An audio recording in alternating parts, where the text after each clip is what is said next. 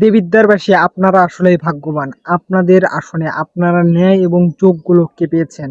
কেন এই কথা বলতেছি আপনাদের বিষয়টা আবারও খুলে বলি। শপথ নিয়েই চাঁদাবাজদের বিরুদ্ধে হাসনাত আব্দুল্লাহর অ্যাকশন। এরকম নেতাই তো আমাদের সব আসনে দরকার, যে নেতা চাঁদাবাজদের বিরুদ্ধে রুখে দাঁড়াবে, যে নেতা দেশের উন্নতির জন্য কোনো জায়গায় অন্যায় কাজ করবে না।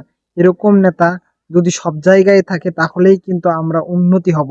আর হাসনাত আব্দুল্লাহ ভাই কিন্তু এটা করে দেখিয়ে দিচ্ছেন যে আমাদের দেশ কিভাবে উন্নত করতে হয়। আমাদের এলাকায় চাঁদাবাজ মুক্ত হবে, আমাদের দেশ, আমার এলাকায় বর্তমানে জনগণ শান্তিতে থাকবে, এটাই কিন্তু চাচ্ছেন হাসনাত আব্দুল্লাহ। চাঁদা মুক্ত থাকলেই কিন্তু দরিদ্র অসহায় মানুষ শান্তিতে থাকবে। যাদেরকে কৃষকদের যে যে পরিমাণ চাঁদা উঠানো হয়, ধান নিয়ে যাবেন সেটা তো চাঁদা, আলু তুলবেন আলু তো চাঁদা, সব জায়গায় কিন্তু চাঁদাবাজ দিয়ে ভরা। বলতে গেলে সিন্ডিকেটও চলে এখানে। চাঁদাবাজরা চাঁদা নেয়, আমরা কৃষকরা ফসল উৎপাদনের পর ঠিক মূল্য কিন্তু পাই না।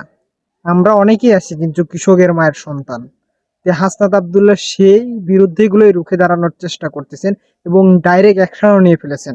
এরকম নেতাই কিন্তু এরকম নেতাই কিন্তু আমাদের সব জায়গায় প্রয়োজন এবং এরকম যোগ্য লোকই কিন্তু আমাদের সব জায়গায় প্রয়োজন। কিন্তু দেবিদ্বারবাসী, আপনারা আসলেই ভাগ্যবান এবং আপনারা যোগ্য লোককে চিনে ফেলেছেন।